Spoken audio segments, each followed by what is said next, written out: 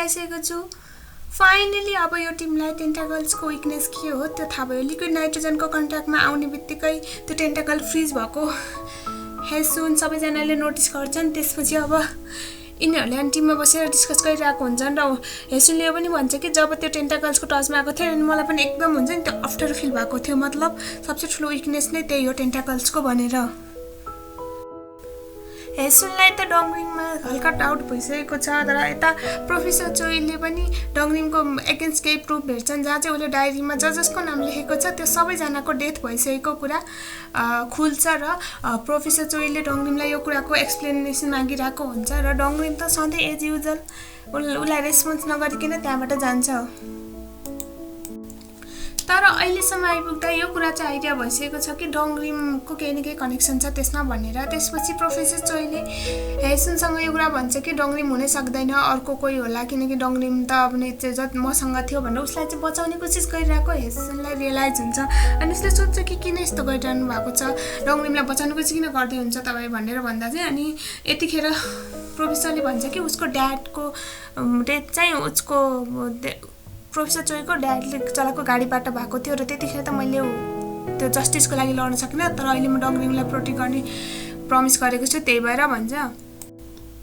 र त्यसको केही टाइमपछि प्रोफेसर चोइको पनि डेथ हुन्छ डङरिमको हातबाट र यतिखेरसम्म प्रोफेसर चोइले जति पनि कोसिस गरे नि यो चाहिँ अनसक्सेस रह्यो है डङरिमलाई त्यो सबबाट बाहिर निकाल्नलाई। अनि अर्को कुरा डङरिमलाई अब यहाँ भएको कुनै पनि मान्छेको काम नभएको भएर लेडी किमसँग भएको सारा मान्छेहरूलाई नै मारिदिन्छ अनि त्यसपछि लेडी किमलाई पनि मारिदिन्छ। यहाँ चाहिँ अब डङरिमको एकदम हुन्छ नि राक्षसवाला रूप देखिरहेको छ।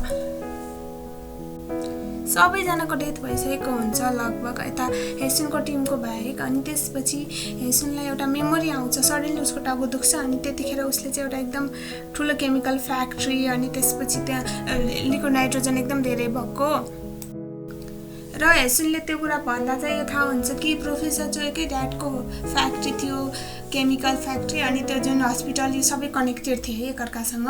त्यसपछि उनीहरूले अब त्यहाँ गएर अनि यो मोन्स्टरलाई हराउने प्लान गराउँछन्। डङरिमले चाहिँ डोयनालाई पनि लिएर त्यहाँ गएको हुन्छ। त्यसपछि अब यहाँ हेसुन र डङरिम यो मोन्स्टरको बिचमा चाहिँ अन्तिम फाइट। मोन्स्टरलाई चाहिँ जसरी भए पनि हेसुन चाहिएको छ किनकि उसको त्यो स्पिरिट हुन्छ नि विल पावर एकदम स्ट्रङ छ र उसलाई बस्नको लागि अब त्यो सेकेन्ड होस्ट चाहिएको थियो र त्यो चाहिँ हेसुन थियो। त्यही भएर अहिलेसम्म उसले चाहिँ उसलाई केही नगरेर राखिरहेको हुन्छ। त्यसपछि अब यहाँ लास्ट फाइनल फाइट सुरु भयो। त्यो केमिकल फ्याक्ट्रीमा पुग्छन् यिनीहरू।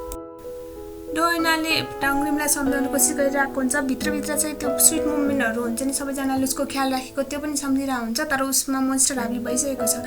त्यसपछि हेसुनले डोयनालाई खोजिरहेको हुन्छ अनि डोयना चाहिँ एकदम डराएर अनि उसलाई चाहिँ टेन्टाकल्सले एट्याक गर्नेवाला नै हुन्छ र हेसुनले आएर त्यहाँ उसलाई बचाउँछ। त्यसपछि अनि हेसुनको वरिपरि भएको सबैजनालाई मारिदिने धम्की दिइसकेपछि मोन्स्टरको ओरिजिनल फेस चाहिँ देखाइँदैन, जस्ट राक्षसवाला फेस है। त्यसपछि उसले चाहिँ अनि ठिक छ यदि मलाई चाहिएको हो भने म आफूलाई समर्पण गर्न तयार छु भन्छ। त्यसपछि एकछिन क्लिप इन्ड हुन्छ। त्यसपछि त्यहाँ एउटा फेरि त्यही स्मोकवाला एरियामा पुगेको हुन्छ हेसुन अनि त्यहाँ चाहिँ डङरिम हुन्छ अनि डङरिमलाई चाहिँ बचाउने उसले कोसिस गर्छ कि यो अनि डङरिमले भन्छ कि काश मैले यो मोन्स्टर भन्दा पहिला तपाईँलाई भेटेको भए म आज यस्तो हुन्थेन, म पनि धेरै लामो बाँच्थेँ, तर म माथि मोन्स्टर हाबी भइसकेको छ र प्लिज अब यो नगर्नुहोस्, तपाईँ आफूलाई सेक्रिफाइस नगर्नु यो मोन्स्टरको लागि। अब मैले धेरैजनाको ज्यान लिएँ, अब म डेथ डिजर्भ गर्छु र मलाई मर्न दिनुहोस्, यो सब कुरा इन्ड होस्, अब धेरैजनाको ध्यान गइसक्यो, अब योभन्दा अगाडि नगरौँ भनेर डङरिमले उसलाई त्यहाँबाट फिर्ता पठाइदिन्छ। त्यसपछि लिक्विड नाइट्रोजनको त्यो पनि ठुलो पनि फुट्छ अनि त्यसपछि त्यहाँ त्यो मोन्स्टरको पार्ट फ्रिज हुन्छ है। त्यसपछि त्यहाँ ल्याएर गोली हान्छ अनि उसले प्लिज गोली नहान्नु डङरिम छ त्यहाँ भन्दा अनि डङरिमले उनको सोलले भनेको देखाउँछ कि प्लिज मलाई अब जान दिनुहोस्, म योभन्दा अगाडि गर्न सक्दिनँ भनेर। त्यसपछि हेसुनलाई नचाहँदै पनि त्यो मोन्स्टरलाई फुल फ्रिज भइसकेपछि गोली मार्नुपर्छ र यतिमै त्यो मोन्स्टर इन्ड हुन्छ। मोन्स्टर इन्ड भएपछि यता त्यो जुन म्युटेन्टहरू थियो तिनीहरू पनि आफै मर्छन्, त्यो त्यस्तो कानबाट के फुट्छ अनि फाइनली सब कुरा सर्ट आउट हुन्छ धेरै टाइमपछि। त्यो ब्ल्याक स्मोक पनि हराउँदै जान्छ र डङरिमले लास्टमा आएर चाहिँ केही राम्रो काम गर्यो भनेर बुझ्न सकिन्छ। त्यसपछि एकैचोटि 1 मन्थ लेटर देखाइन्छ जहाँ डोएना चाहिँ हाजीहरूसँग बसेको हुन्छ, त्यहाँ उसको साथी। अनि त्यसपछि हेसुन चाहिँ रेडी भएर डङरिमको उमा फुल चढाउनलाई गएको हुन्छ अनि उसले भन्छ कि थ्याङ्क यू सो मच, तिमीले गर्दा यो कुरा सब कुरामा हुन्छ नि फाइनल सफल हुनुको रिजन तिमी हौ भनेर। अनि त्यसपछि लास्ट पार्टमा चाहिँ तेहान र हेसुनको भेट हुन्छ अनि तेहानले भन्छ कि मैले अब जब जोइन गर्दैछु फेरि, अब म सियोल नै आउँदैछु भन्छ। अनि हेसुनले स्माइल गर्छ र पुरै एपिसोड र फुल ड्रामा पनि सकिन्छ। सो ओभरअल मलाई जे लागेको त्यो भन्दा चाहिँ लास्ट उल्टो भयो। लास्ट सेकेन्ड दुईवटा एपिसोडहरूमा चाहिँ मलाई केही साइन्स रिलेटेड केही होला लागेको थियो। मैले सुनेअनुसार चाहिँ साइफाई ड्रामा हो भनेर फेसबुक ग्रुपहरूमा डिस्कस भइरहेको थियो, तर यो चाहिँ अलिक फरक थियो। यो कुनै पनि साइन्टिफिक कुरा यहाँ रिलेट गरिएन र मान्छेको त्यही हो, एक्लो हुन्छ नि, एम्प्टी माइन्ड बिलो भन्छ नि, त्यसरी नै भयो डङरिमको लागि पनि।